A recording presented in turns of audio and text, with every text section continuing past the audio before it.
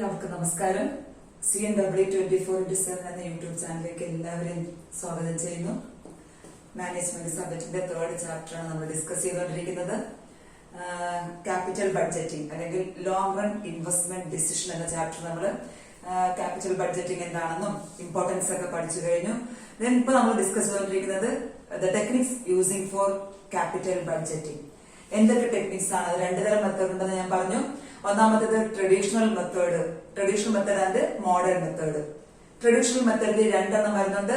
പേ back period method, രണ്ടാമത്തേത് average rate of return അല്ലെങ്കിൽ accounting rate of return method. അടുത്തത് നമ്മള് മോഡേൺ മെത്തേഡിൽ 3 എണ്ണം ഉണ്ട്. നമ്മൾ അടുത്ത് വരുന്ന ക്ലാസ്സുകളിൽ നമ്മൾ ആ മോഡേൺ ടെക്നിക്സിനെ കുറിച്ച് പഠിക്കും. ഇന്ന് നമ്മൾ ഡിസ്കസ് ചെയ്യാൻ പോകുന്നത്, കഴിഞ്ഞ ക്ലാസ്സിൽ പേ ബാക്ക് പീരീഡ് മെത്തേഡ്, അതിന്റെ പ്രോബ്ലംസ്, അതിന്റെ അഡ്വാൻറ്റേജസ് ഡിസഡ്വാൻറ്റേജസ് എല്ലാം നമ്മൾ പഠിച്ചു കഴിഞ്ഞു. സെക്കൻഡ് മെത്തേഡ് ട്രഡീഷണൽ മെത്തേഡ് അല്ലെങ്കിൽ നോൺ ഡിസ്കൗണ്ടഡ് ക്യാഷ് ഫ്ലോ മെത്തേഡിൽ വരുന്ന സെക്കൻഡ് മെത്തേഡായ അക്കൗണ്ടിംഗ് റേറ്റ് ഓഫ് റിട്ടേൺ അല്ലെങ്കിൽ ആവറേജ് റേറ്റ് ഓഫ് റിട്ടേൺ എന്ന മെത്തേഡിനെ കുറിച്ചാണ് ഇന്ന് നമ്മൾ ഡിസ്കസ് ചെയ്യാൻ പോകുന്നത്. ഏതാണ്? Accounting or average rate of return, ARR എന്ന് നമ്മൾ ഇതിനെ ചുരുക്കി പറയുന്നത്. Short form ARR. That means accounting or average rate of return. നമ്മൾ കഴിഞ്ഞ പേ ബാക്ക് പീരീഡിൽ നമ്മൾ എന്താ പറഞ്ഞിരുന്നത്? ഒരു പ്രോജക്റ്റിന്മേൽ പണം നിക്ഷേപിച്ചു കഴിഞ്ഞാൽ അത് എത്ര വർഷം കൊണ്ട് ആ ക്യാപിറ്റൽ, നമ്മൾ നിക്ഷേപിച്ച ക്യാപിറ്റൽ എത്ര വർഷം കൊണ്ട് റിക്കവർ ചെയ്യാൻ സാധിക്കും. കൂടുതൽ നമ്മൾ മുൻഗണന നൽകിയിരുന്നത് റിക്കവറി ഓഫ് ക്യാപിറ്റൽ ആയിരുന്നു. പക്ഷെ ഈ മെത്തേഡ് പ്രകാരം അങ്ങനെയല്ല. ഒരു പ്രോജക്റ്റിന്മേൽ നമ്മൾ പണം നിക്ഷേപിച്ചു കഴിഞ്ഞാൽ നമുക്ക് എന്തുമാത്രം ആ പ്രോജക്റ്റിൽ നിന്ന് എന്തുമാത്രം റിട്ടേൺ ലഭിക്കും, എന്തുമാത്രം ബെനിഫിറ്റ് ഉണ്ടാകും, പ്രോഫിറ്റബിലിറ്റി എന്താണ് എന്നതാണ് ഇവിടെ കൂടുതൽ പ്രാധാന്യം കൊടുക്കുന്നത്. ക്യാപിറ്റൽ റിക്കവറി എന്നതിനേക്കാളും പ്രോഫിറ്റബിലിറ്റിക്ക് കൂടുതൽ പ്രാധാന്യം നൽകിക്കൊണ്ട് തയ്യാറാക്കുന്ന ഒരു ടെക്നിക്കാണ് accounting or average rate of return. എന്താണ് accounting or average rate of return? It is the ratio of the average of annual profit divided by profit means after deduction of tax and depreciation. It is the ratio of the average annual profit divided by the average annual investment. Okay, ARR is equal to, ഇതൊരു ratio ആണ്. ARR എന്ന് വെച്ചാൽ ഒരു ratio ആണ്. Ratio ഏതൊക്കെ തമ്മിലുള്ള division ആണ് പറയുന്നത്? Average annual profit. ഈ പ്രോഫിറ്റ് എന്ന് പറയുന്നത് after tax and depreciation, after tax and depreciation divided by average investment. ഇതാണ് നമ്മൾ into 100. ഓക്കെ, ഇതാണ് നമ്മുടെ ARR മെത്തേഡ് കണക്കാക്കുന്ന ഫോർമുല. പ്രധാനമായിട്ടും ഇതൊരു റേഷ്യോ ആണ്. ആദ്യം നമ്മൾ സ്ഥാപനത്തിൽ ഉണ്ടാകുന്ന ഈ ഒരു ഇൻവെസ്റ്റ്മെന്റിൽ, നമ്മളൊരു പ്രോജക്റ്റിന്റെ ലഭിക്കുന്ന മുഴുവൻ ക്യാഷ് ഇൻഫ്ലോസ് എന്തൊക്കെയാണ് അല്ലെങ്കിൽ മുഴുവൻ പ്രോഫിറ്റ് എന്തൊക്കെയാണ്, ആ പ്രോഫിറ്റ്, ആ ടോട്ടൽ പ്രോഫിറ്റിന്റെ ആവറേജ് എടുക്കുകയും ആ ആവറേജ് ആനുവൽ പ്രോഫിറ്റിന്റെ ആവറേജ് ഇൻവെസ്റ്റ്മെന്റ് കൊണ്ട് നമ്മൾ ഡിവൈഡ് ചെയ്ത് കഴിഞ്ഞാൽ കിട്ടുന്ന റേഷ്യോന് പറഞ്ഞ പേരാണ് ARR എന്ന് പറയുന്നത്. ഓക്കെ, ഈ ARR അല്ലെങ്കിൽ ഈ ആവറേജ് ആനുവൽ പ്രോഫിറ്റ് എന്ന് പറയുന്നത്, ആവറേജ് അല്ലെങ്കിൽ ആനുവൽ പ്രോഫിറ്റ് എന്ന് പറയുന്നത് നമ്മുടെ GAAP അനുസരിച്ച് തന്നെയാണ് തയ്യാറാക്കുന്നത്. GAAP നിങ്ങൾ കഴിഞ്ഞ വർഷം പഠിച്ചിട്ടുണ്ടാവും അക്കൗണ്ടൻസിയിൽ. GAAP means generally accepted accounting principles. ആ പ്രിൻസിപ്പിൾ അനുസരിച്ച് തന്നെയാണ് ഒരു ബിസിനസ് സ്ഥാപനത്തിന്റെ എക്സ്പെക്ടഡ് ആവറേജ് പ്രോഫിറ്റ് അവർ തയ്യാറാക്കുന്നത്. That means they are deducting tax and depreciation from the profit. അപ്പൊ നമ്മളുടെ ആനുവൽ പ്രോഫിറ്റ് കണക്കാക്കുമ്പോൾ ടാക്സും ഡിപ്രീസിയേഷനും കുറയ്ക്കുന്നു. ഓക്കെ, അതിനുശേഷം ലഭിക്കുന്ന ആനുവൽ പ്രോഫിറ്റിന്റെ ആവറേജ് നമ്മൾ കണക്കാക്കുന്നു. എങ്ങനെ ആവറേജ് പ്രോഫിറ്റ് കണക്കാക്കേണ്ടത്? ആവറേജ് ആനുവൽ പ്രോഫിറ്റ് കണക്കാക്കുന്ന രീതി, okay, is equal to total annual profit after tax and depreciation. തേയ്മാനത്തിനും നികുതിക്ക് ശേഷം നമുക്ക് വരുന്ന ലാഭമാണ്. ആ ടോട്ടൽ എടുക്കുക divided by number of years, divided by number of years. എത്ര വർഷമാണ് നമുക്ക് ആ പ്രോജക്റ്റിൽ നിന്ന് ലാഭം കിട്ടുന്നത്? 5 വർഷം നമുക്ക് ആ പ്രോജക്റ്റ് ഉപയോഗപ്പെടുത്താൻ സാധിക്കുന്നുണ്ടെങ്കിൽ അതിന്റെ യൂസ്ഫുൾ ലൈഫ് 5 വർഷമാണെങ്കിൽ ആ 5 വർഷവും നമുക്ക് ലഭിക്കുന്ന ആനുവൽ പ്രോഫിറ്റ് എത്രയാണെന്ന് കണക്കാക്കണം. ആ ടോട്ടൽ കണ്ടുപിടിച്ചു. 5 വർഷം ലഭിക്കുന്ന ആനുവൽ പ്രോഫിറ്റിന്റെ ടോട്ടൽ കണ്ടുപിടിക്കുകയും ആ ടോട്ടൽ നമ്മൾ 5 വർഷം കൊണ്ട് ഡിവൈഡ് ചെയ്യുമ്പോൾ നമുക്ക് ലഭിക്കുന്നതാണ് ആവറേജ് ആനുവൽ പ്രോഫിറ്റ്. അപ്പൊ നമുക്ക് ഒന്നായി നമുക്ക് ARR കണ്ടുപിടിക്കണമെങ്കിൽ 2 കാര്യങ്ങൾ നമുക്ക് വേണം. ഒന്നാമത്തേത് ആവറേജ് ആനുവൽ പ്രോഫിറ്റും രണ്ടാമത്തേത് ആവറേജ് ഇൻവെസ്റ്റ്മെന്റ്. അപ്പൊ ആവറേജ് ആനുവൽ പ്രോഫിറ്റ് നമ്മൾ കണ്ടുപിടിച്ച് കഴിഞ്ഞു. Average annual profit is equal to total annual profit divided by number of years. Then എങ്ങനെയാണ് ആവറേജ് ഇൻവെസ്റ്റ്മെന്റ് കണക്കാക്കുന്നത്? Average investment is equal to initial investment അല്ലെങ്കിൽ original cash outflow. Initial investment minus salvage value അല്ലെങ്കിൽ വേറൊരു വാക്ക് നമ്മൾ പഠിച്ചിട്ടുണ്ട് scrap value divided by 2. Okay, എന്താണ് initial investment? ആ പ്രോജക്റ്റിന്മേൽ നമ്മൾ നിക്ഷേപിക്കുന്ന തുക.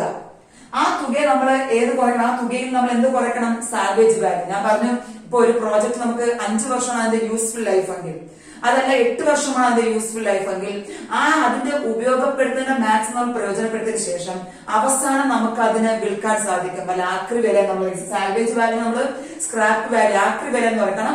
നമ്മൾ പ്രയോജനപ്പെടുത്തിയതിനു ശേഷം നമുക്ക് അതിനെ വീണ്ടും വിറ്റ് കിട്ടുന്ന തുച്ഛമായ പൈസ പറഞ്ഞ പേരാണ് സ്ക്രാപ്പ് വാല്യൂ അല്ലെങ്കിൽ സാൽവേജ് വാല്യൂ എന്ന് പറയുന്നത്. ആ സാൽവേജ് വാല്യൂ നമ്മൾ ഏതെന്ന് കുറയ്ക്കണം? ഇനിഷ്യൽ ഇൻവെസ്റ്റ്മെന്റ് നിന്ന് കുറച്ചതിന് ശേഷം 2 കൊണ്ട് നമ്മൾ ഡിവൈഡ് ചെയ്യുമ്പോൾ കിട്ടുന്നതാണ് ആവറേജ് ഇൻവെസ്റ്റ്മെന്റ്. ഒരു പ്രാവശ്യം നമുക്ക് ആവറേജ് ഇൻവെസ്റ്റ്മെന്റ് എന്താണെന്ന് പറയാം. Average investment is equal to initial investment അല്ലെങ്കിൽ ഒറിജിനൽ ഇൻവെസ്റ്റ്മെന്റ്. ഫോർമുല എഴുതിയെടുക്കുക. ഒറിജിനൽ ഇൻവെസ്റ്റ്മെന്റ് അല്ലെങ്കിൽ initial investment minus scrap value അല്ലെങ്കിൽ സാൽവേജ് വാല്യൂ. നമ്മൾ പറയും എന്താണ് സാൽവേജ് വാല്യൂ? നമ്മൾ യൂസ്ഫുൾ ലൈഫിന് ശേഷം പ്രോജക്റ്റ് അല്ലെങ്കിൽ മെഷീനറി വിറ്റാൽ നമുക്ക് കിട്ടുന്ന തുകയെ പറഞ്ഞ പേരാണ് സ്ക്രാപ്പ് വാല്യൂ അല്ലെങ്കിൽ സാൽവേജ് വാല്യൂ. ആ scrap value we should deduct from the initial investment. അതിനുശേഷം നമ്മൾ ആ തുകയെ 2 കൊണ്ട് ഡിവൈഡ് ചെയ്യുമ്പോൾ നമുക്ക് കിട്ടുന്നതാണ് ആവറേജ് ഇൻവെസ്റ്റ്മെന്റ്. സോ നമ്മുടെ അക്കൗണ്ടിംഗ് അല്ലെങ്കിൽ ആവറേജ് റേറ്റ് ഓഫ് റിട്ടേൺ പ്രകാരം അതൊരു റേഷ്യോ കണക്കാക്കുന്നത്. ആ റേഷ്യോക്ക് കൂടുതൽ പ്രാധാന്യം, ഈ റേഷ്യോ കണക്കാക്കുന്നത് പ്രോഫിറ്റബിലിറ്റി കണക്കാക്കാനാണ്. നമ്മുടെ പ്രോജക്റ്റിൽ നമുക്ക് എന്തുമാത്രം ലാഭം നമ്മൾ പ്രതീക്ഷിക്കുന്നുണ്ട്, മൊത്തം ലാഭം കണക്കാക്കി അതിനെ നമ്മൾ നമ്പർ ഓഫ് ഇയേഴ്സ് ഡിവൈഡ് ചെയ്യുമ്പോൾ നമുക്ക് ആവറേജ് ആനുവൽ പ്രോഫിറ്റ് കിട്ടും. ആവറേജ് ഇൻവെസ്റ്റ്മെന്റ് കണക്കാക്കുന്നത് ഇനിഷ്യൽ ഇൻവെസ്റ്റ്മെന്റിന് സ്ക്രാപ്പ് വാല്യൂ ഉണ്ടെങ്കിൽ നമുക്ക് യൂസ്ഫുൾ ലൈഫിന് ശേഷം എന്തെങ്കിലും സാൽവേജ് വാല്യൂ നമുക്ക് നേടാൻ സാധിക്കുന്നുണ്ടെങ്കിൽ അത് നമ്മൾ കുറച്ചതിന് ശേഷം അതിനെ 2 കൊണ്ട് ഡിവൈഡ് ചെയ്യുമ്പോൾ നമുക്ക് എന്ത് കിട്ടും? ആവറേജ് ഇൻവെസ്റ്റ്മെന്റ് കിട്ടും. ഈ 2 ഐറ്റമാണ് നമുക്ക് എവിടെ ഉപയോഗിക്കുന്നത്? ARR കണക്കാക്കാനായിട്ട് ഉപയോഗിക്കുന്നത്. അപ്പൊ ARRന്റെ ഫോർമുല മനസ്സിലാക്കുക. ARR is equal to average annual profit after tax and depreciation. Okay, ഈ ആവറേജ് നമ്മൾ എങ്ങനെ കണ്ടുപിടിച്ചു? Total annual profit after tax and depreciation divided by number of years. അടുത്ത് നമ്മൾ പറഞ്ഞത് ആവറേജ് ഇൻവെസ്റ്റ്മെന്റ്. അതെങ്ങനെയാണ് കണ്ടുപിടിക്കുന്നത്? Initial investment minus scrap value divided by 2. അപ്പൊ ഇവിടെ റിട്ടേണിനാണ് കൂടുതൽ പ്രാധാന്യം, അല്ലെങ്കിൽ ഒരു പ്രോജക്റ്റിൽ നിന്ന് ലഭിക്കുന്ന പ്രോഫിറ്റിനാണ് കൂടുതൽ പ്രാധാന്യം കൊടുക്കുന്നത് കൊണ്ട് ARR method is also known as return on investment method എന്ന് നമ്മൾ ഇതിനെ പറയുന്നു.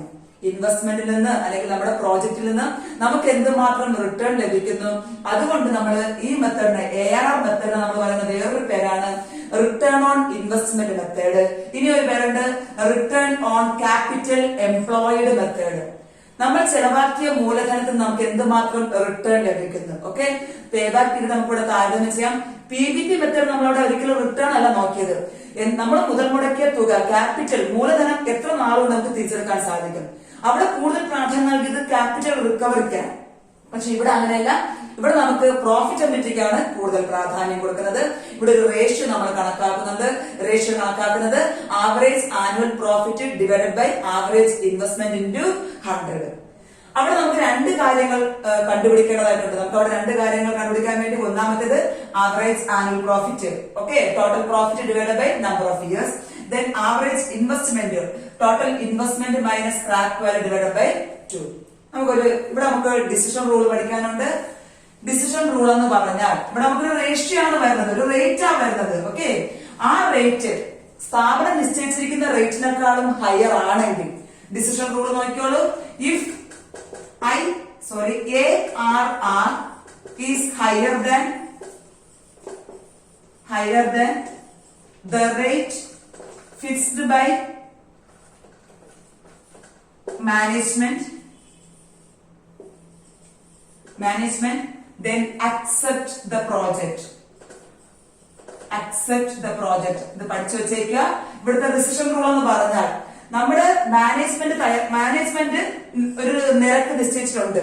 ഇങ്ങനെ ഒരു പ്രോജക്റ്റ് നമ്മൾ പണം നിക്ഷേപിക്കുകയാണെങ്കിൽ അതിൽ നിന്ന് മിനിമം ഇത്ര രൂപ അല്ലെങ്കിൽ ഇത്ര ശതമാനമെങ്കിലും നമുക്ക് എന്ത് വേണം, റിട്ടേൺ വേണം, പ്രോഫിറ്റബിലിറ്റി ഉണ്ടാവണം. അപ്പൊ അങ്ങനെ നിശ്ചയിച്ചിരിക്കുന്ന റേറ്റിനേക്കാളും ARR ഹയർ ആണെങ്കിൽ, കൂടുതലാണെങ്കിൽ, നമ്മൾ പ്രതീക്ഷിക്കുന്നതിനേക്കാൾ കൂടുതൽ നമുക്ക് വരുമാനം കിട്ടും, ബെനിഫിറ്റ് കൂടുതൽ കിട്ടുമെന്ന് നമുക്ക് ഈ മെത്തേഡ് പ്രകാരം നമ്മൾ കണ്ടുപിടിക്കുന്നുണ്ടെങ്കിൽ, റേറ്റ് നമ്മൾ നിശ്ചയിച്ചിരിക്കുന്ന റേറ്റിനേക്കാളും ARR ഹയർ ആണെങ്കിൽ we can accept that project. നമുക്ക് ആ പ്രോജക്റ്റിനെ അക്സെപ്റ്റ് ചെയ്യാം. അതല്ല എങ്കിൽ if ARR is lower than the rate fixed by management, reject the project. എന്ത് ചെയ്യണം? നമ്മള് റിജക്ട് ചെയ്യണം, അതിനെ നിരസിക്കാൻ. നമുക്ക് ആ പ്രോജക്റ്റ് അക്സെപ്റ്റ് ചെയ്യേണ്ട കാര്യം ഇല്ല. എങ്ങനെയാണെങ്കിൽ പ്രോജക്റ്റിനെ നമ്മൾ റിജക്ട് ചെയ്യേണ്ടത്? നമ്മൾ നിശ്ചയിച്ചിരിക്കുന്നതിനേക്കാളും, നമ്മൾ പ്രതീക്ഷിക്കുന്നതിനേക്കാളും നിരക്ക് കുറവായിട്ടാണ് നമുക്ക് ആ പ്രോജക്റ്റിന് ലഭിക്കുന്നതെങ്കിൽ, ലോവർ ദാൻ കുറവാണെങ്കിൽ, ഏതിനേക്കാളും the rate fixed by the management minimum നിരക്ക് നിശ്ചയിച്ചിട്ടുണ്ട് ഈ പ്രോജക്റ്റിന് നമ്മൾ പ്രതീക്ഷിക്കുന്ന വരുമാനം, അതിനേക്കാളും കുറവാണ് നമുക്ക് ഈ പ്രോജക്റ്റിൽ നിന്ന് ARR വഴി മനസ്സിലാകുന്നതെങ്കിൽ നമുക്ക് ഈസിയർ ആ പ്രോജക്റ്റിനെ എന്ത് ചെയ്യാം, റിജക്ട് ചെയ്യാനായിട്ട് സാധിക്കും. അപ്പൊ നമുക്ക് 2-3 പ്രോജക്റ്റ് ഉണ്ടെങ്കിലോ നമ്മുടെ മുമ്പിൽ ഇപ്പോ ABCD എന്ന് നമുക്ക് പ്രോജക്റ്റ് വരുന്നുണ്ട്. ഇപ്പൊ ഇൻവെസ്റ്റ് ചെയ്യാൻ വേണ്ടി നമുക്ക് ഇതിലേറെ നമ്മൾ ARR അനുസരിച്ച് എടുക്കും. ഏത് പ്രോജക്റ്റിനാണോ ഹയർ ARR ഉള്ളത്, ഇപ്പൊ ഉദാഹരണം A എന്ന പ്രോജക്റ്റ് നമുക്ക് നിക്ഷേപിക്കുകയാണെങ്കിൽ 15% ARR. Okay, ARR is equal to A എന്ന പ്രോജക്റ്റിന് 15%, B എന്ന പ്രോജക്റ്റിന് 17%, C എന്ന പ്രോജക്റ്റിന് 12%, D എന്ന പ്രോജക്റ്റിന് 14% എന്നാണ് നമുക്ക് ARR കണക്കാക്കിയപ്പോ കിട്ടിയതെങ്കിൽ ഇതിൽ നമ്മൾ ഏത് പ്രോജക്റ്റ് അക്സെപ്റ്റ് ചെയ്യും? ഏത് പ്രോജക്റ്റ് ആണ്? കാരണം B എന്ന പ്രോജക്റ്റിനാണ് ഹയർ ARR ഇരിക്കുന്നത്. Average rate of return higher, ആ റേഷ്യോ കൂടുതൽ ഏതിനാണ്? B എന്ന പ്രോജക്റ്റിനായതുകൊണ്ട് നമുക്ക് B എന്ന പ്രോജക്റ്റ് അക്സെപ്റ്റ് ചെയ്യുകയും Aയും Cയും Dയും നമുക്ക് റിജക്ട് ചെയ്യാനായിട്ട് സാധിക്കും. അപ്പൊ ഓരോ പ്രോജക്റ്റിനെ നമുക്ക് റാങ്ക് ചെയ്യാനും, ഇപ്പൊ ഒന്നാമത്തേത് B, രണ്ടാമത്തേത് A എന്ന പ്രോജക്റ്റ്, മൂന്നാമത്തേത് D എന്ന പ്രോജക്റ്റ്, നാലാമത്തേത് C എന്ന പ്രോജക്റ്റ്. അപ്പം നമ്മുടെ മുമ്പിൽ വരുന്ന ഇൻവെസ്റ്റ്മെന്റ് പ്രോജക്റ്റ് നമുക്ക് റാങ്ക് ചെയ്യാനും നമുക്ക് ഈ മെത്തേഡ് പ്രയോജനപ്പെടുത്താനായിട്ട് സാധിക്കും. നമ്മുടെ പ്രോജക്റ്റ് നമുക്ക് കുറെ ഉണ്ടെങ്കിലും, അല്ലെങ്കിൽ ഏത് പ്രോജക്റ്റാണ് നമ്മൾ അക്സെപ്റ്റ് ചെയ്യേണ്ടത് ഏതൊക്കെയാണ് ഒന്നുകൂടെ ഓർമ്മിക്കുക. നമ്മൾ നിശ്ചയിച്ചിരിക്കുന്ന നിരക്കിനേക്കാളും ARR ഹയർ ആണെങ്കിൽ നമ്മൾ ആ പ്രോജക്റ്റിനെ അക്സെപ്റ്റ് ചെയ്യണം. അഥവാ നമ്മൾ നിശ്ചയിച്ചിരിക്കുന്ന നിരക്കിനേക്കാളും ARR ചെറുതാണെങ്കിൽ, കുറവാണെങ്കിൽ V can reject that project. നമ്മൾ അടുത്ത് പറഞ്ഞത് എന്താണ്? ഒന്നിൽ കൂടുതൽ പ്രോജക്റ്റ് നമ്മുടെ മുമ്പിൽ വരികയാണെങ്കിൽ, നമുക്ക് അവിടെ ARR 2-3 പ്രോജക്റ്റിന്റെ ARR കണക്കാക്കുകയാണെങ്കിൽ ഏത് പ്രോജക്റ്റ് നമ്മൾ അക്സെപ്റ്റ് ചെയ്യും? ആ കണക്കാക്കുന്ന ARR ഏത് പ്രോജക്റ്റിനാണോ ഹയർ റേഷ്യോ ഉള്ളത്, ഓക്കെ, അതിനെ നമ്മൾ അക്സെപ്റ്റ് ചെയ്യുകയും ബാക്കിയുള്ളത് നമ്മൾ റിജക്ട് ചെയ്യുകയും ചെയ്യും. ഇതാണ് ഇതിന്റെ ഡിസിഷൻ റൂള്. നമുക്കൊരു കണക്ക് ചെയ്യാം. കണക്ക് ചെയ്യുമ്പോൾ 3 ഫോർമുല ഓർമ്മിക്കുക. എന്താണ് നമ്മൾ ആദ്യം പറഞ്ഞ formula? ARR is equal to average annual profit. ആ ഫോർമുല നമുക്ക് ഓർമ്മിക്കാം. ARR is equal to average annual profit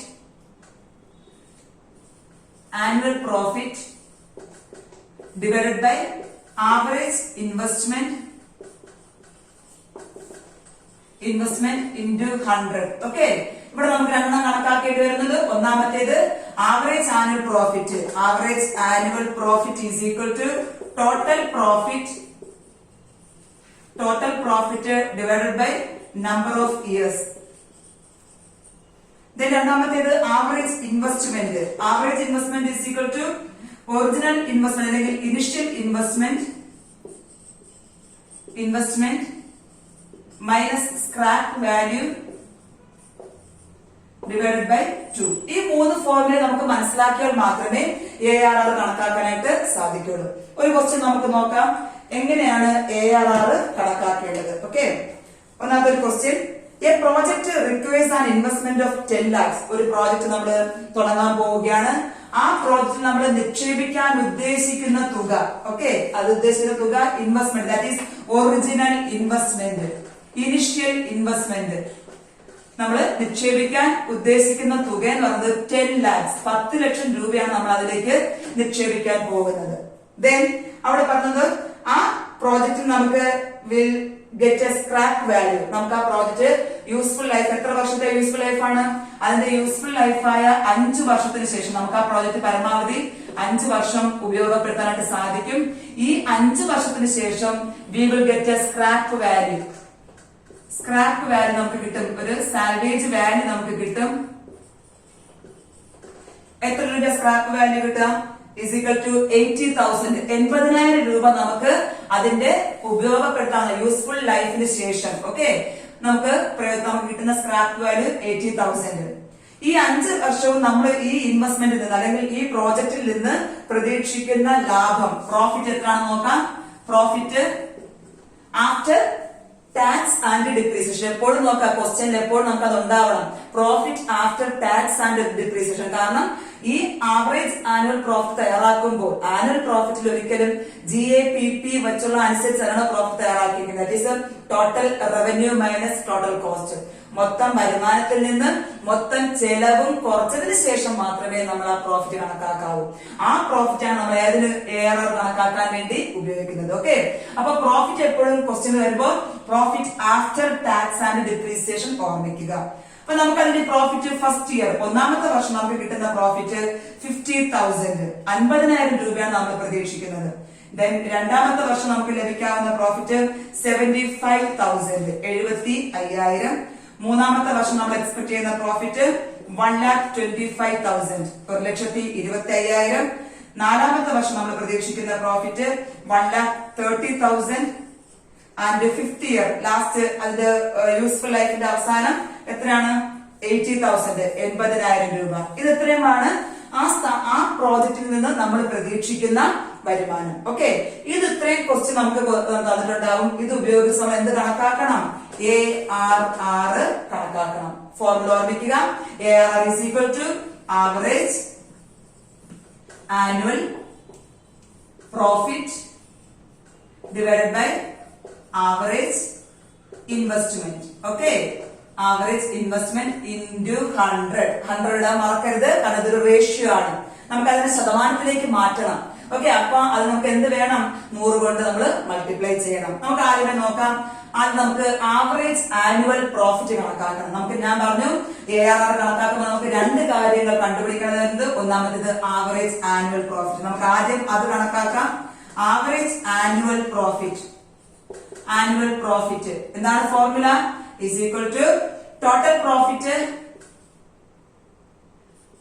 profit divided by number of years is equal to total profit എടുക്കാൻ നമുക്ക് total profit 50,000, 50,000 plus 75,000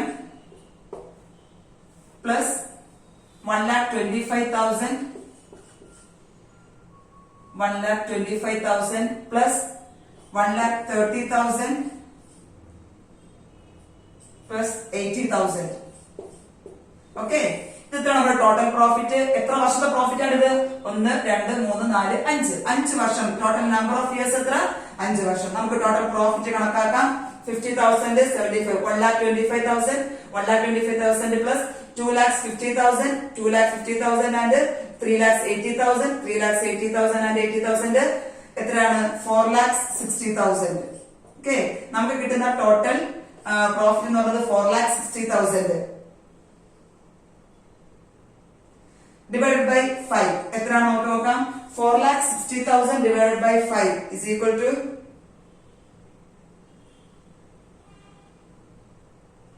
4,60,000 divided by 5 is equal to 92,000. നമുക്ക് ലഭിക്കുന്ന average profit എന്ന് പറയുന്നത് 92,000. അപ്പൊ ഒന്ന് കിട്ടി നമുക്ക്. ഏതാ കിട്ടിയത്? ആവറേജ് ആനുവൽ പ്രോഫിറ്റ് നമുക്ക് കിട്ടിയത് 92,000. ഇനി എന്ത് കണ്ടുപിടിക്കണം? ആവറേജ് ഇൻവെസ്റ്റ്മെന്റ് നമുക്ക് കണ്ടുപിടിക്കണം.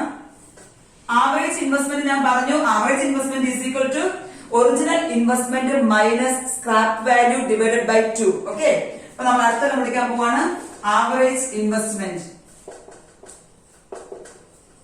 Average investment is equal to original investment. എത്ര നമ്മുടെ original investment? 10 lakhs. 10 lakhs minus എന്താണ് നമ്മുടെ scrap value? 80,000. 80,000 divided by 2 is equal to 10 lakhs minus 80,000 is equal to 9,20,000. 9,20,000 divided by 2 is equal to 4,60,000. 4,60,000 നമുക്ക് കിട്ടുന്നത്. Okay, അപ്പൊ നമ്മുടെ പ്രോബ്ലത്തിന് ആവശ്യമായിട്ടുള്ളതെല്ലാം നമുക്ക് കിട്ടി.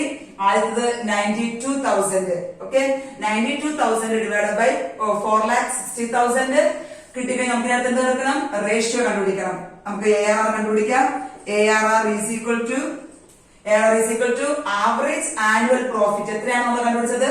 92,000 ഡിവൈഡഡ് ബൈ നമ്മുടെ പ്രോജക്റ്റിന്റെ ആവറേജ് ഇൻവെസ്റ്റ്മെന്റ് എത്രയാണ്? 4,60,000. 4,60,000 into 100. നമുക്ക് നോക്കാം എത്ര ശതമാനം നമുക്ക് പ്രോഫിറ്റബിലിറ്റി അല്ലെങ്കിൽ ആവറേജ് റേറ്റ് ഓഫ് റിട്ടേൺ എത്രയാണ് കിട്ടുന്നത് നോക്കാം.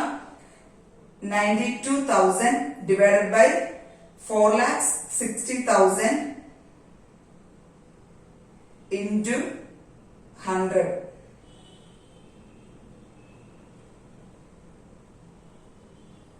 into 100 is equal to 20%. അപ്പോ നമുക്ക് കിട്ടുന്ന ARR മീൻസ് 20% ഈ പ്രോബ്ലം പ്രകാരം നമുക്ക് കിട്ടുന്ന ARR. അപ്പൊ നമ്മൾ നോക്കണം, നമ്മൾ നേരത്തെ ഒരു മിനിമം റേറ്റ് ഫിക്സ് ചെയ്തിട്ടുണ്ടെങ്കിൽ അതിനേക്കാൾ ഹയർ ആണോ ലോവർ ആണോ നമ്മൾ നോക്കുക. ഹയർ ആണെങ്കിൽ നമ്മൾ ഫിക്സ് ചെയ്തിരിക്കുന്ന റേറ്റ് ഇതിനേക്കാളും നമ്മൾ ഫിക്സ് ചെയ്തിരിക്കുന്ന റേറ്റിനേക്കാൾ ഇത് ഹയർ ആണെങ്കിൽ we can accept the project. അതല്ല, നമ്മൾ ഫിക്സ് ചെയ്തിരിക്കുന്ന റേറ്റിനേക്കാളും ഇത് കുറവാണെങ്കിൽ നമുക്ക് ഇത് ഈ പ്രോജക്റ്റിനെ റിജക്ട് ചെയ്യാം. അപ്പൊ എങ്ങനെയാണ് കണക്കാക്കുന്നത്? ഏറ്റവും എളുപ്പമാണ് നമുക്ക് കണക്കാക്കാം. അക്കൗണ്ടിങ് അല്ലെങ്കിൽ ആവറേജ് റേറ്റ് ഓഫ് റിട്ടേൺ കണക്കാക്കുന്നത് average annual profit divided by average investment into 100. രണ്ട് കാര്യങ്ങൾ നമുക്ക് തയ്യാറാക്കണം. ആവറേജ് ആനുവൽ പ്രോഫിറ്റും ആവറേജ് ഇൻവെസ്റ്റ്മെന്റ്. ഞാൻ പറഞ്ഞത് മനസ്സിലായെന്ന് വിചാരിക്കുന്നു. അപ്പോ ആദ്യം നമ്മള് ടോട്ടൽ പ്രോഫിറ്റ് കണക്കാക്കുന്നു. ടോട്ടൽ പ്രോഫിറ്റിനെ നമ്പർ ഓഫ് ഇയേഴ്സ് കൊണ്ട് ഡിവൈഡ് ചെയ്യുമ്പോൾ നമുക്ക് എന്ത് കിട്ടും? ആവറേജ് ആനുവൽ പ്രോഫിറ്റ് കിട്ടും. ദെൻ നമ്മൾ ആവറേജ് ഇൻവെസ്റ്റ്മെന്റ്, ടോട്ടൽ ഇൻവെസ്റ്റ്മെന്റിൽ നിന്ന് സ്ക്രാപ്പ് വാല്യൂ കുറയ്ക്കണം. ക്വസ്റ്റ്യനിൽ സ്ക്രാപ്പ് വാല്യൂ ഉണ്ടെങ്കിൽ കുറയ്ക്കുക, ഇല്ലെങ്കിൽ ഓക്കെ. അത് തന്നെയാണ് നമ്മൾ ടോട്ടൽ ഇൻവെസ്റ്റ്മെന്റ് എടുക്കുക ഡിവൈഡഡ് ബൈ 2. അതാണ് നമുക്ക് ആവറേജ് ഇൻവെസ്റ്റ്മെന്റ്. ദെൻ അത് ഉപയോഗിച്ചുകൊണ്ട് നമ്മൾ എന്ത് കണക്കാക്കി? ആവറേജ് റേറ്റ് ഓഫ് റിട്ടേൺ അല്ലെങ്കിൽ അക്കൗണ്ടിംഗ് റേറ്റ് ഓഫ് റിട്ടേൺ. ഈ മെത്തേഡ് നമ്മൾ പറയുന്ന രണ്ട് പേരുണ്ട്. റിട്ടേൺ ഓൺ ഇൻവെസ്റ്റ്മെന്റ് മെത്തേഡ് എന്നും return on capital employed method നമ്മൾ ഇതിനെ പറയുന്നുണ്ട്. നമുക്ക് നോക്കാം what are the advantages and disadvantages of this method. ഈ മെത്തേഡിനും ഉണ്ട് 2-3 അഡ്വാൻറ്റേജസും 2-3 ഡിസഡ്വാൻറ്റേജസും. എന്തൊക്കെയാണ് advantages and disadvantages of ARR? ഒന്നാമത്തേത് അഡ്വാൻറ്റേജസ് നമുക്ക് നോക്കാം. അഡ്വാൻറ്റേജസ് ഇത് നമുക്ക് എന്ത് തന്നെയാണ്? ഈസിയാണ്. We can calculate easily. നമ്മൾ ഇനി പഠിക്കാൻ പോകുന്ന NPV അല്ലെങ്കിൽ PI, net present value method, profitability index method, internal rate of return method, ആ മെത്തേഡുമായി താരതമ്യം ചെയ്ത് നോക്കുമ്പോൾ നമുക്ക് ARR മെത്തേഡ് എന്നുള്ളത് ഈസിയാണ്, എളുപ്പത്തിൽ കണ്ടുപിടിക്കാനായിട്ട് സാധിക്കുന്നുണ്ട്. ദെൻ രണ്ടാമത്തേത്, ഇവിടെ നമുക്ക് ആ സ്ഥാപനത്തിൽ ഉണ്ടാകുന്ന അല്ലെങ്കിൽ ആ പ്രോജക്റ്റിന്മേൽ ഉണ്ടാകുന്ന മൊത്തം complete cash flow, full cash ഫ്ലോസും നമ്മൾ കൺസിഡർ ചെയ്യുന്നുണ്ട്. ഓക്കെ, ക്യാഷ് ഇൻഫ്ലോസ് നമ്മൾ കൺസിഡർ ചെയ്യുന്നുണ്ട്. പേ ബാക്ക് പീരീഡ് മെത്തേഡ് അങ്ങനെ അല്ലായിരുന്നു. Pay back period method capital recovery എപ്പോഴാകുന്നോ അവിടെ നമ്മൾ അവസാനിക്കുന്നു. അതിനുശേഷം വന്ന പോസ്റ്റ് പേ ബാക്ക് ഫ്ലോസ് നമ്മൾ എന്ത് ചെയ്യുന്നില്ല, ക്യാഷ് ഫ്ലോസ് നമ്മൾ കൺസിഡർ ചെയ്യുന്നില്ല. പക്ഷെ ഇവിടെ നമുക്ക് അങ്ങനെയല്ല. ആ പ്രോജക്റ്റിന്മേൽ നമ്മൾ നിക്ഷേപിക്കുന്ന പ്രോജക്റ്റിന്മേൽ എന്തുമാത്രം വരുമാനം ഉണ്ടാകുന്നു, റിട്ടേൺ ഉണ്ടാകുന്നു, ആ റിട്ടേൺ മൊത്തം നമ്മൾ എവിടെ എടുക്കുന്നുണ്ട്? ഇവിടെ നമ്മൾ കണക്കാക്കാനായിട്ട് ഉപയോഗിക്കുന്നുണ്ട്. ദെൻ മൂന്നാമത്തേത് പറയുന്നത്, ഇവിടെ നമ്മൾ കൂടുതലും പ്രോഫിറ്റബിലിറ്റിക്ക് പ്രാധാന്യം കൊടുക്കുന്നുണ്ട്. ക്യാപിറ്റൽ റിക്കവറി എന്നതിനേക്കാളും ഒരു പ്രോജക്റ്റിൽ എന്തുമാത്രം ലാഭം കിട്ടും അത് എന്തുമാത്രം ബിസിനസിനെ സ്വാധീനിക്കുന്നു നമുക്കറിയാം. സോ നമ്മൾ ഇവിടെ കൂടുതൽ കൺസിഡർ ചെയ്യുന്നത് പ്രോഫിറ്റബിലിറ്റിക്കാണ്. അതിനാണ് ഇത്രയും അഡ്വാൻറ്റേജസ് ഓഫ് മൂന്നെണ്ണമുണ്ട്.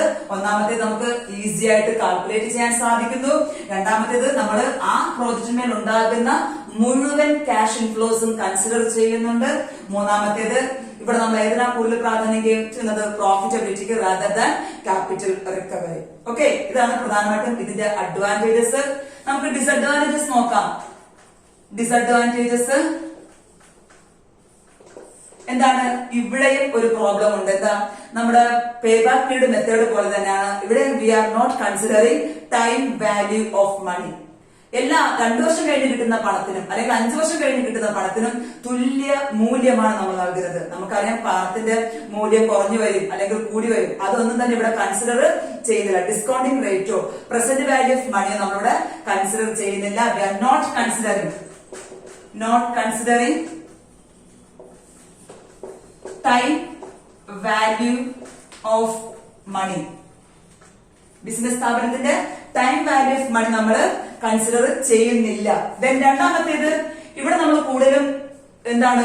കൺഫ്യൂഷൻ ഉണ്ടാകുന്നുണ്ട്. നമുക്ക് ഗെറ്റിംഗ് കൺഫ്യൂസ്ഡ്. എങ്ങനെയാ? ഇവിടെ നിങ്ങൾക്ക് ഇവിടെ നമുക്ക് ബികോമിനൊക്കെ പോകുമ്പോൾ നിങ്ങൾക്ക് മനസ്സിലാക്കാൻ പറ്റും. നമുക്ക് ഇവിടെ ആനുവൽ ഇൻവെസ്റ്റ്മെന്റ് എടുക്കുമ്പോൾ ഒന്നുകിൽ ഇനിഷ്യൽ ഇൻവെസ്റ്റ്മെന്റ് വെച്ച് നമുക്ക് ഇതിനെ കണക്ട് ചെയ്യാനായിട്ട് സാധിക്കും, അല്ലെങ്കിൽ ആവറേജ് ഇൻവെസ്റ്റ്മെന്റ്. അവിടെ നമുക്ക് ഇവിടെ ആനുവൽ ഇൻവെസ്റ്റ്മെന്റ് ആണ് എടുക്കേണ്ടത് അല്ലെങ്കിൽ ആവറേജ് ഇൻവെസ്റ്റ്മെന്റ് ആണ് എടുക്കുന്നത്. ഒരു കൺഫ്യൂഷൻ നമുക്ക് ഇവിടെ നിൽക്കുന്നുണ്ട്. പക്ഷെ നിങ്ങൾക്ക് +2 പഠിക്കുന്ന കുട്ടികൾക്ക് എന്ത് മാത്രം മതി? ആവറേജ് ഇൻവെസ്റ്റ്മെന്റ് മാത്രം ഉപയോഗിച്ചുകൊണ്ട് നമുക്ക് കണക്ട് പറ്റും. പക്ഷെ ബികോമിന് നിങ്ങൾ ഹയർ സ്റ്റഡീസിന് പോകുമ്പോൾ നമുക്ക് അവിടെ വെറും ആവറേജ് ഇൻവെസ്റ്റ്മെന്റ് അല്ല, നമുക്ക് അവിടെ ഇനിഷ്യൽ ഇൻവെസ്റ്റ്മെന്റ് ഉപയോഗിച്ചുകൊണ്ടും ആവറേജ് റേറ്റ് ഓഫ് റിട്ടേൺ കണക്കാക്കേണ്ടതുണ്ട്. അപ്പം കാൽക്കുലേഷൻസ് വരുമ്പോൾ നമുക്ക് ഇവിടെ കൺഫ്യൂഷൻ ഉണ്ടാകാൻ സാധ്യതയുണ്ട്. ഏത് മെത്തേഡ് പ്രകാരം? നമ്മുടെ ആവറേജ് റേറ്റ് ഓഫ് റിട്ടേൺ അല്ലെങ്കിൽ അക്കൗണ്ടിംഗ് റേറ്റ് ഓഫ് റിട്ടേൺ. ഇതാണ് പ്രധാനമായിട്ടും അഡ്വാൻറ്റേജസ് ആൻഡ് ഡിസഡ്വാൻറ്റേജസ്. അഡ്വാൻറ്റേജസ് ഈസിയാണ്. മറ്റ് ഇനി പഠിക്കാൻ പോകുന്ന ടെക്നിക്സിനെ അപേക്ഷിച്ച് നോക്കുമ്പോൾ നമുക്ക് എളുപ്പത്തിൽ കണക്കാക്കാൻ സാധിക്കും. ദെൻ ആ പ്രോജക്റ്റിൽ നിന്ന് ലഭിക്കുന്ന മുഴുവൻ ക്യാഷ് ഫ്ലോസും നമ്മൾ കൺസിഡർ ചെയ്യുന്നുണ്ട്. ദെൻ പ്രോഫിറ്റബിലിറ്റിക്കാണ് ഇതിന് കൂടുതൽ പ്രാധാന്യം നൽകുന്നത്. അപ്പം ബിസിനസ് സ്ഥാപനം ലോങ് റൺ എത്ര വർഷം നിലനിൽക്കുന്നു അത്രയും വർഷം കിട്ടാവുന്ന മാക്സിമം ലാഭം നമ്മളിവിടെ കണക്കാക്കുന്നുണ്ട്. Then disadvantages time value of money PV present value of money ഇവിടെ കണക്കാക്കുന്നില്ല. ദെൻ കൺഫ്യൂഷൻ ഉണ്ടാകാൻ സാധ്യതയുണ്ട്. ഇത്രയാണ് ആവറേജ് റേറ്റ് ഓഫ് റിട്ടേണിന്റെ പ്രധാനപ്പെട്ട ഡിസഡ്വാൻറ്റേജസ്.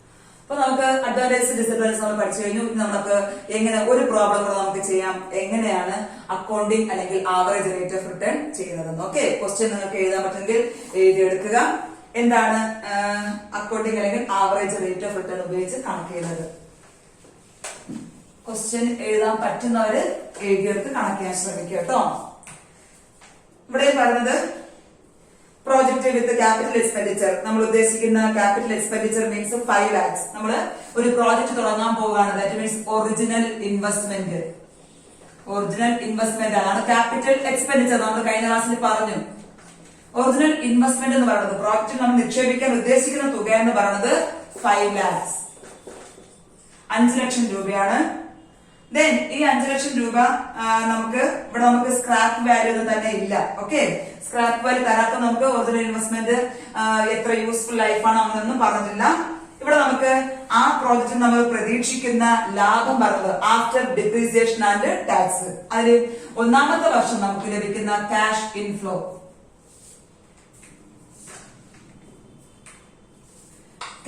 ഇൻഫ്ലോ അല്ലെങ്കിൽ ആനുവൽ പ്രോഫിറ്റ് എന്ന് പറയുന്നത് ഫസ്റ്റ് ഇയർ ഒന്നാമത്തെ വർഷം നമുക്ക് ലഭിക്കുന്നത് 40,000 40,000 റുപ്പീസ്. രണ്ടാമത്തെ വർഷം നമ്മൾ പ്രതീക്ഷിക്കുന്ന ലാഭം 80,000. മൂന്നാമത്തെ വർഷം നമ്മൾ പ്രതീക്ഷിക്കുന്നത് 90,000. നാലാമത്തെ വർഷം നമ്മൾ പ്രതീക്ഷിക്കുന്ന ലാഭം 30,000 30,000. ഓക്കെ, ഇത്രയാണ് നമ്മുടെ ARR കണക്കാക്കാൻ വേണ്ടി അവർ തന്നിരിക്കുന്ന ഇൻഫോർമേഷൻ. ഇത്രയാണ്. എന്തൊക്കെയാണ്? നമ്മൾ ഇൻവെസ്റ്റ് ചെയ്യാൻ പോകുന്ന പ്രോജക്റ്റിൽ എത്ര രൂപ ചെലവാകുന്നു? 5 lakhs നമ്മൾ ഇൻവെസ്റ്റ് ചെയ്യുന്നു. ആ പ്രോജക്റ്റിൽ നമ്മൾ 4 വർഷം പ്രതീക്ഷിക്കുന്ന ലാഭം എത്രയാണ്? Okay, annual profit after tax and depreciation. അപ്പൊ ഇത്രയും മെത്തേഡ് ഉപയോഗിച്ച് നമ്മൾ എന്ത് കണക്കാക്കണം? ARR കാൽക്കുലേറ്റ് ചെയ്യാനായിട്ട് പറയുന്നുണ്ട്. നമുക്ക് നോക്കാം ARR കണക്കാക്കുന്നത്. ഫോർമുല പറഞ്ഞോളൂ. ARR is equal to average annual profit divided by average investment into 100. Okay, അത് നമുക്ക് ആദ്യം കണക്കാക്കേണ്ടത് average annual profit. Average annual profit കണക്കാക്കാം. ആവറേജ് ആനുവൽ പ്രോഫിറ്റ് കണക്കാക്കുന്നത് ടോട്ടൽ പ്രോഫിറ്റ് അല്ലെ പിള്ളേരെ? Total profit divided by number of years is equal to total profit divided by number of years is equal to total profit എടുക്കാം 40,000 plus 80,000 plus 90,000 plus 30,000. നമുക്ക് add ചെയ്യാം. Number of years എത്രയാണ്? 4 വർഷം അല്ലെ? 4 വർഷത്തെ profit നമുക്ക് തന്നിട്ടുള്ളൂ. അപ്പോ 4 വർഷം നമുക്ക് ടോട്ടൽ പ്രോഫിറ്റ് എടുത്ത് നമ്പർ ഓഫ് ഇയേഴ്സ് ഡിവൈഡ് ചെയ്യുക. 40,000 plus 80,000 1,20,000. 1,20,000 plus 90,000 2,10,000. 2,10,000 plus 30,000 is equal to 2,40,000. 2,40,000 divided by 4 is equal to നമുക്ക് നോക്കാം. എനിക്ക് തോന്നുന്നു 60,000. ഓക്കെ, നോക്കാം. 2,40,000 divided by 4. ടോട്ടൽ പ്രോഫിറ്റിനെ നമ്മൾ നമ്പർ ഓഫ് ഇയേഴ്സ് കൊണ്ട് ഡിവൈഡ് ചെയ്തു. 2,40,000 divided by 4. Number of years 4 ആണ്.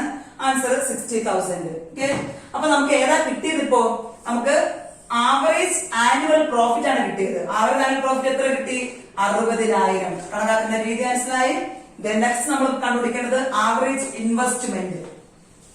Average investment is equal to average investment is equal to initial investment divided by 2. നമുക്കിവിടെ സ്ക്രാപ്പ് വാല്യൂ തന്നിരുന്നെങ്കിൽ we should deduct from the initial investment. ഇവിടെ നമുക്ക് സ്ക്രാപ്പ് വാല്യൂ ഇല്ല. So average investment is equal to original investment. എത്ര original investment? 5 lakhs. 5 lakhs divided by 2 is equal to 2,50,000. അപ്പൊ നമുക്ക് എന്തൊക്കെ കിട്ടിക്കഴിഞ്ഞു? രണ്ടെണ്ണവും കിട്ടി. ആവറേജ് ആനുവൽ പ്രോഫിറ്റും കിട്ടി, ആവറേജ് ഇൻവെസ്റ്റ്മെന്റും കിട്ടി. നമുക്ക് കണക്കാക്കാം എങ്ങനെയാണ് ARR കണ്ടുപിടിക്കുക എന്നുള്ളത്.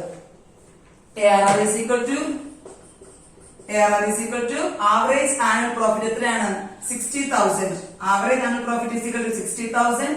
Average investment 2,50,000 into 100. ഓക്കെ, നമുക്ക് കണ്ടുപിടിക്കാം എത്രയാണ് ഈ പ്രോജക്റ്റിന്റെ ARR. ആവറേജ് ആനുവൽ പ്രോഫിറ്റ് എത്രയാണ് നമുക്ക് നോക്കാം. 60,000 divided by 2,50,000 2,50,000 into 100. നിങ്ങൾക്ക് കണക്ക് ചെയ്യുമ്പോൾ കൃത്യമായിട്ട് കണക്ക് ചെയ്യുമ്പോൾ നമുക്ക് ആൻസർ കിട്ടും 24%. 24% ഈ പ്രോജക്റ്റ് നമ്മൾ ഇൻവെസ്റ്റ് ചെയ്യുകയാണെങ്കിൽ ലഭിക്കുന്ന എന്താണ് റിട്ടേൺ അല്ലെ? ഓക്കെ, അതിന്റെ പ്രോഫിറ്റബിലിറ്റി 24% നമുക്ക് ലഭിക്കുമെന്ന് പ്രതീക്ഷിക്കുന്നു. അപ്പൊ നമ്മൾ ഫിക്സ് ചെയ്തിരിക്കുന്ന, നമ്മൾ കണക്കാക്കിയിരിക്കുന്ന റേറ്റുമാനേക്കാളും ഹയർ ആണ് ഇതെങ്കിൽ we can accept the project, otherwise we can reject the project. Okay, ഒന്നുകൂടെ കണക്ക് എല്ലാം ചെയ്ത് പഠിക്കുക. മനസ്സിലായെന്ന് വിചാരിക്കുന്നു. നമ്മൾ ഇന്ന് പഠിച്ചത് രണ്ടാമത്തെ മെത്തേഡ്, ട്രഡീഷണൽ മെത്തേഡിലെ രണ്ടാമത്തെ മെത്തേഡാണ് നമ്മൾ പഠിച്ചത്. ആവറേജ് ആനുവൽ റിട്ടേൺ അല്ലെങ്കിൽ എന്താണ് അക്കൗണ്ടിങ് ആനുവൽ റിട്ടേൺ നമ്മൾ പറഞ്ഞു. അപ്പൊ അത് കണക്കാക്കുന്ന രീതി ഫോർമുല 3 ഉണ്ടാവും. ഒന്നാമത്തേത് എന്താണ്? ARR, average annual profit divide by average investment into 100. അതിൽ average annual profit total profit divide by number of years. Average investment is equal to original investment minus scrap value divide by 2. ഇത് ഉപയോഗിച്ച് നമുക്ക് എത്ര problem വേണമെങ്കിലും ചെയ്യാൻ സാധിക്കും. Question നോക്കുമ്പോൾ ശ്രദ്ധിക്കുക. Profit after tax and depreciation. Then നമ്മൾ അതിന്റെ ഡിസിഷൻ റൂൾ പറഞ്ഞു. ഡിസിഷൻ റൂൾ ഏതാ അക്സെപ്റ്റ് ചെയ്യേണ്ടത്? ARR ഹയർ ആണെങ്കിൽ, ഏറ്റവും കൂടുതൽ ARR ആണെങ്കിൽ, ദാറ്റ് മീൻസ് നമുക്ക് വരുമാനം കൂടുതൽ ലഭിക്കുന്ന, പ്രോഫിറ്റബിലിറ്റി കൂടുതലുള്ള പ്രോജക്റ്റ് നമ്മൾ എന്ത് ചെയ്യണം? അക്സെപ്റ്റ് ചെയ്യുകയും ARR കുറവുള്ള പ്രോജക്റ്റ് നമ്മൾ റിജക്ട് ചെയ്യുകയും വേണം. ദെൻ അഡ്വാൻറ്റേജസും ഡിസഡ്വാൻറ്റേജസും നമ്മൾ വീണ്ടും ഒരു പ്രോബ്ലം ചെയ്തു. 2 പ്രോബ്ലം ചെയ്ത് കൊടുക്കുക. കൂടുതൽ പ്രോബ്ലംസ് ടെക്സ്റ്റ് നോക്കി ചെയ്യാൻ ശ്രമിക്കുക. വീണ്ടും അടുത്ത് നമ്മൾ പഠിക്കാൻ പോകുന്നത് നെക്സ്റ്റ് ക്ലാസ്സിൽ നമുക്ക് മോഡേൺ ടെക്നിക്സ് ആണ്. അതായത് discounted cash flow methods, NPV, IRR, PA ഒക്കെ നമ്മൾ പഠിക്കാൻ പോകുന്നത്. ആ വീഡിയോസ് നമ്മൾ അപ്ലോഡ് ചെയ്യുമ്പോൾ നിങ്ങൾക്ക് നോട്ടിഫിക്കേഷൻ ലഭിക്കണമെങ്കിൽ തീർച്ചയായും നിങ്ങൾ ഇതുവരെ നിങ്ങൾ സബ്സ്ക്രൈബ് ചെയ്തിട്ടില്ലെങ്കിൽ ദയവ് ചെയ്ത് CNW24/7 എന്ന ചാനൽ സബ്സ്ക്രൈബ് ചെയ്യുക. നോട്ടിഫിക്കേഷൻ ലഭിക്കാൻ ബെൽ ഐക്കൺ എനേബിൾ ചെയ്യുക. എന്തെങ്കിലും സംശയം ഉണ്ടെങ്കിൽ നിങ്ങൾക്ക് കമന്റ് ബോക്സിൽ ചോദിക്കാവുന്നതാണ്. Thank U.